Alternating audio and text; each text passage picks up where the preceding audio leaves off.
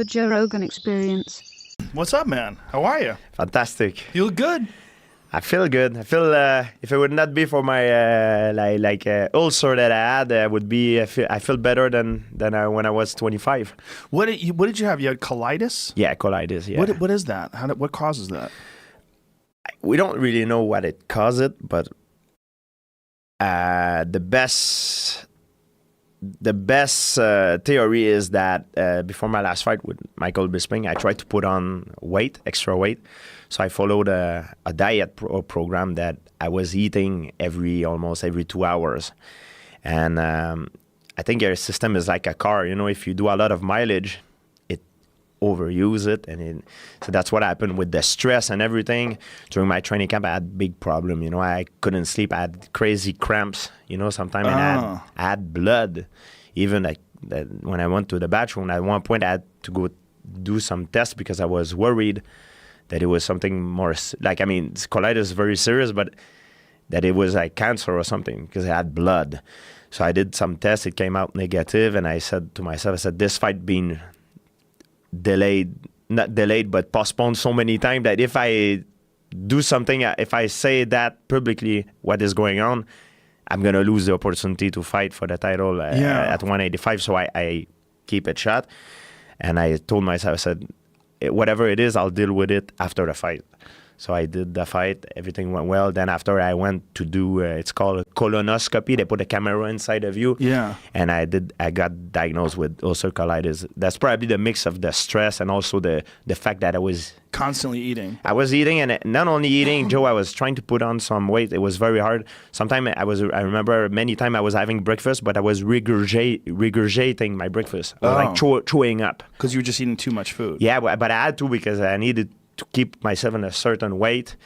And the crazy thing about it is, first now I realize it's a mistake. I should never have done it. But when I made the weight at 185 the day before the fight, I could not go back up to 190. That's the highest I was going back up. So the day of the fight, I woke up and I had a little breakfast. I threw up my breakfast again.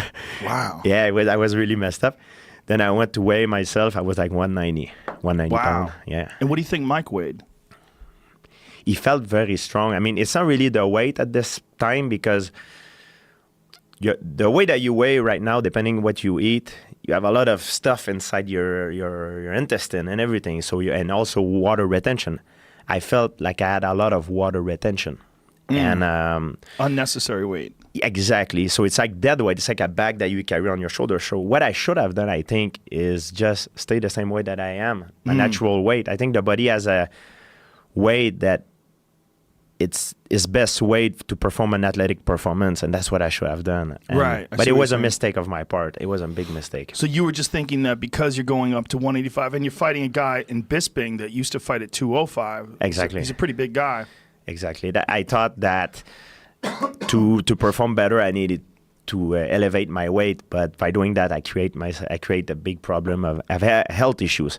So and that colitis didn't exist before that. Not that I got diagnosed for. No. And I think that's what triggered it. And so after the fight, now that you've gone back to a normal diet, has it changed? So after the fight, what happened, and it's very interesting I got on medication, and I met a doctor. His name is Jason Fung. He's in Toronto. People can research. He's an amazing guy. And I met a doctor that treat people with cancer and diabetes with intermittent fasting. So I start doing a program of intermittent fasting and time-restricted eating, and now my symptoms diminish. Like every week, every month it diminishes. So it's getting better. It's not 100% now, but it's getting a lot better. A lot better. And I feel a lot better. A lot of people eat like that now. We had Ben Greenfield on yesterday, who, he's a journalist, does a lot of experimenting with his body, done a lot of scientific stuff and scientific research on diet and restricted eating is a big part of it. He does a lot of that. It's interesting because we're conditioned to think that I want to gain muscle, I want to get, I need to eat more to accelerate my metabolism. Yeah. But I never felt better in my life. If it would not be for that particular issue. I feel better now. I sleep better. Inflammation, and I also did a test. In January, I went to McGill University to do a scan of my weight, my fat percentage, my muscle density, bone density, and my in 5 months. I did it a few days ago, like not this week, the Tuesday of the last week, and my fat percentage has decreased, my muscle mass has increased, and my weight is at the same than it was in January. And you think this is all from restricted eating?